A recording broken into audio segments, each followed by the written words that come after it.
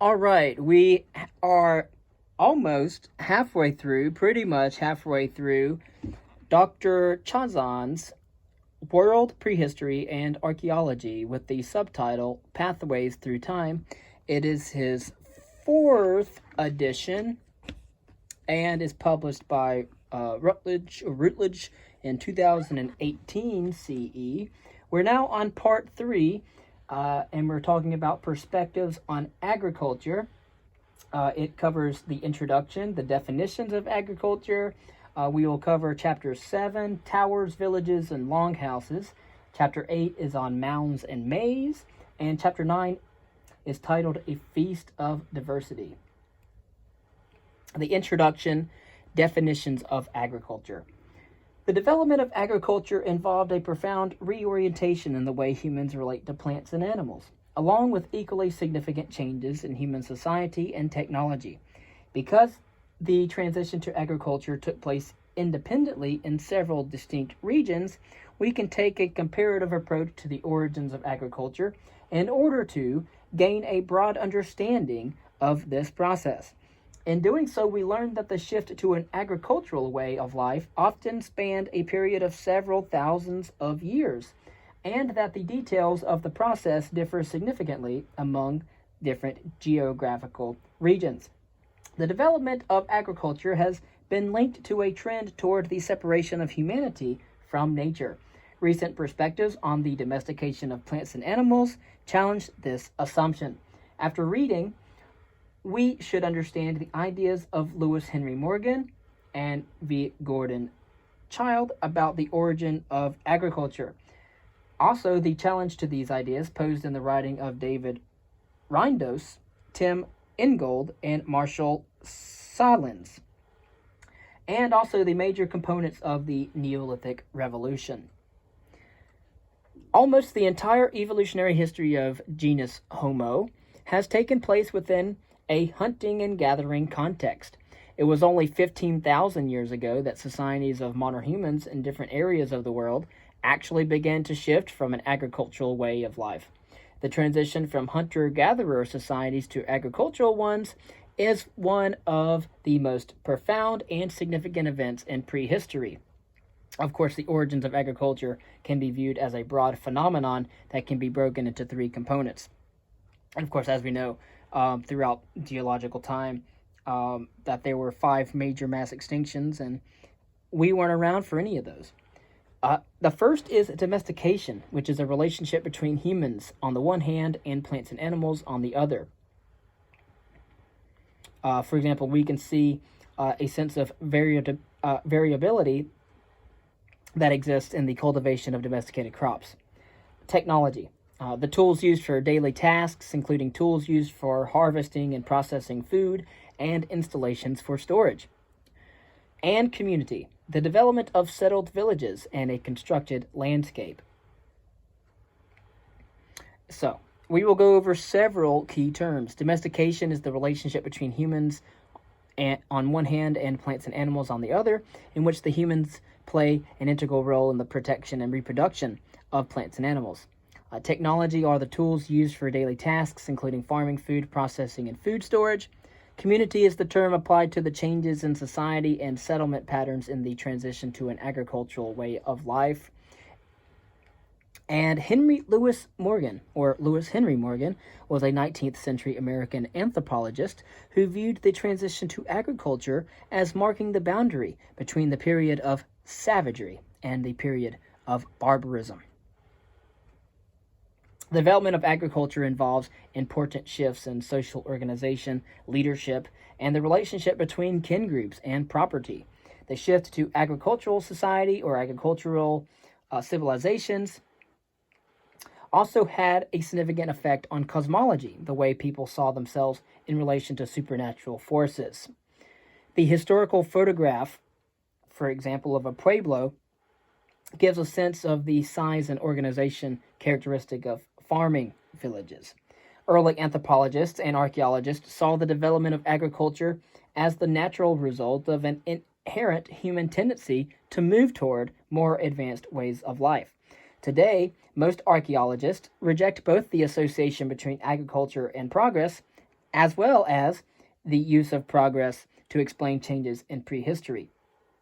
We are then left with the challenge of discovering the diverse pathways that societies around the entire globe took toward agriculture and of grappling with the question of what caused those societies to change. Early perspectives. This is from Lewis Henry Morgan in 1877. He said, "Mankind are the only beings who may be said to have gained an absolute control over the production of food."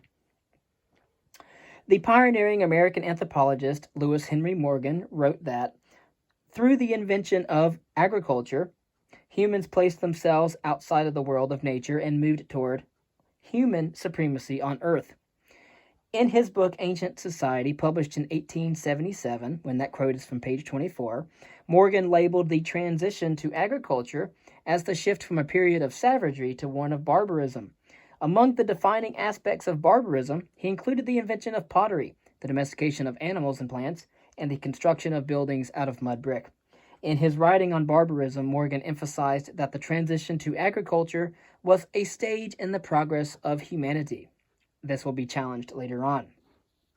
Gordon Childe, in 1942, said that, quote, "The escape from the impasse of savagery was an economic and scientific revolution that made the participants active partners with nature instead of parasites on nature."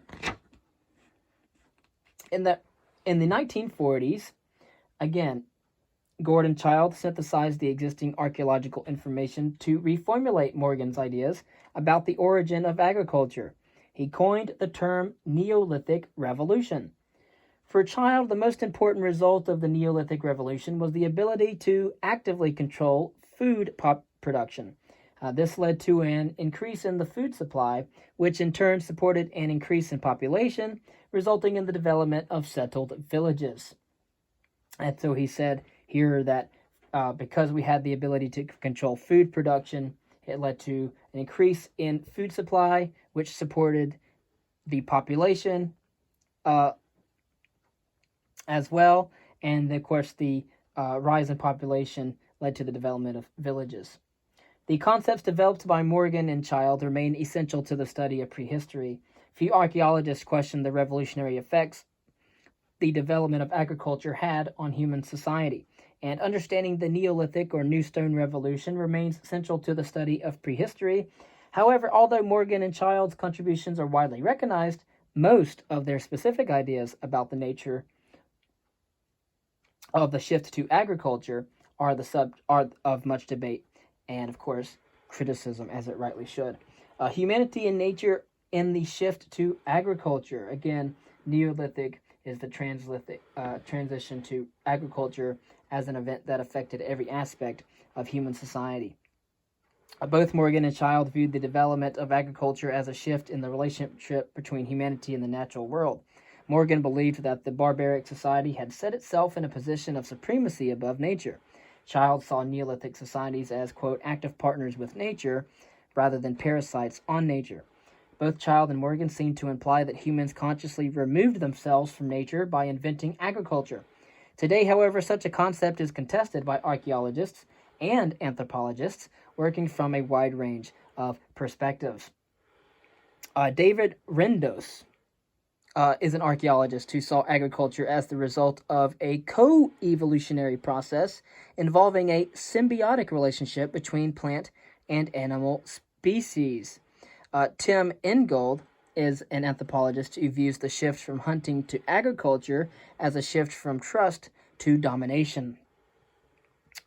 David Rendos said that, quote, "The idea that we as a culture, a nation, or a species are in conscious control of our environment and thus of our own destiny is one part truth, one part rhetoric, and two parts wishful thinking," end quote.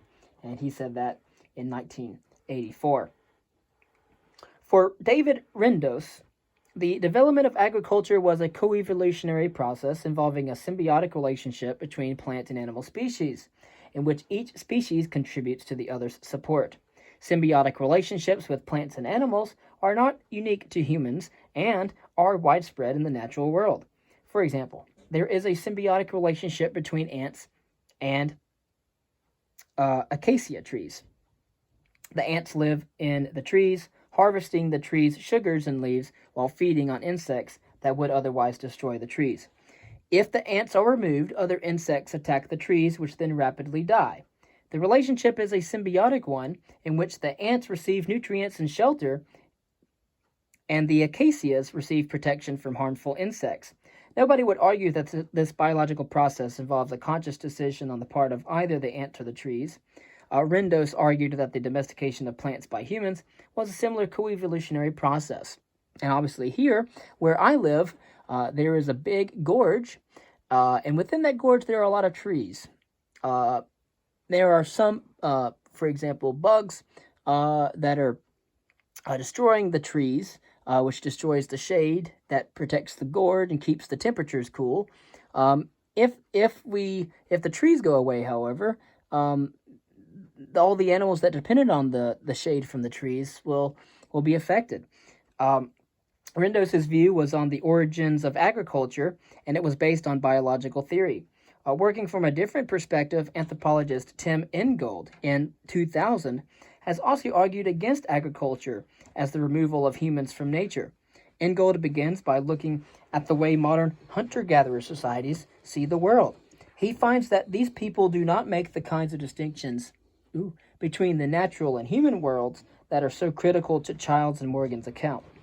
Ingold sees the domestication of animals as a shift from a world where relationships are based on trust to one where they are based on domination. The relationship between hunter-gatherers and animals is based on trust in a powerful natural world that will provide for people in return for human respect and propitiation. Social relations between humans are formed on the same basis of trust because there is no essential distinction between the human and animal worlds.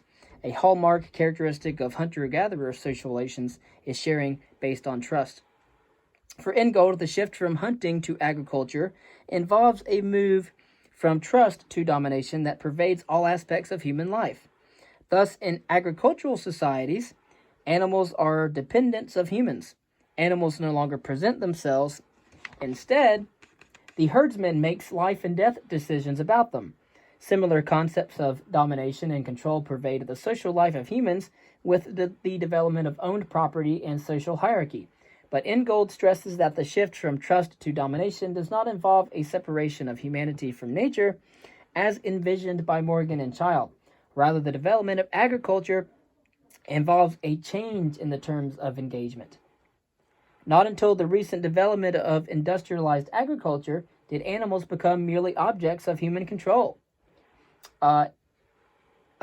Niche construction theory discussed earlier provides an additional basis for viewing agriculture as part of a broad continuum of human efforts to restructure biotic communities. The interaction between native Californians, for example, and plants that served for both basket making and food provide a sense of the extent of human niche construction, even in the absence of agriculture. Basketry was and remains an essential technology for native Californians, and creating baskets required access to very large quantities of branches of trees, for example, such as lilac, sumac, and willow. However, mature branches from mature trees lack the qualities needed for basket making. Native Californians encouraged the growth of new branches known as epicormic shoots by controlled burning or pruning. In controlled burns and pruning, native Californians restructured the plant community to provide the materials necessary for basketry. Burning, along with methods of tillage, were used similarly by native Californians to encourage the growth of tubers such as mariposa lilies and golden bryoia that were essential source of fod. Collecting epicormic shoots and geophytes are excellent examples of the extent of niche construction that can develop in non-agricultural societies. Agriculture and progress. Quote, there is also a Zen road to affluence, that human material wants are finite and few, and technical means unchanging, but on the whole adequate. That, I think, describes the hunter, end quote. And that was from Marshall Solins, an anthropologist who described hunter-gatherers as the, quote, original affluent society, end quote. And he said that in 1972. Today, it is quite jarring to read Morgan and Child describe hunter-gatherer societies as savages. The term clearly embodies a value judgment, as does the term barbaric for farming societies. Both characterizations are repugnant to contemporary anthropologists who see them as dehumanizing. Moreover, the entire notion of linking the transition to farming to the idea of progress has become extremely problematic. In a clever turn of phrase, anthropologist Marshall Solins has called hunter-gatherers the original affluent society.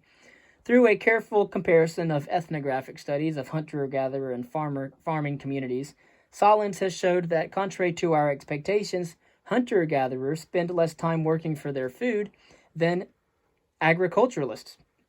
Hunter-gatherers actually have far more leisure time than farmers. In a similar vein, on the basis of a study of human skeletal remains from prehistoric sites, Mark Cohen has demonstrated that early agriculturalists were not as healthy as hunter-gatherers. Because of increased crowding in permanent villages, agricultural societies, or civilizations, were vulnerable to outbreaks of disease. Also, their health suffered from a decrease in the quality of their diet. And as a result of studies such as these, many archaeologists actually question whether the development of agriculture was the result of people choosing or inventing a better way of life. All right, in the next reading, we will still cover agriculture. We will do our second part on chapter 2.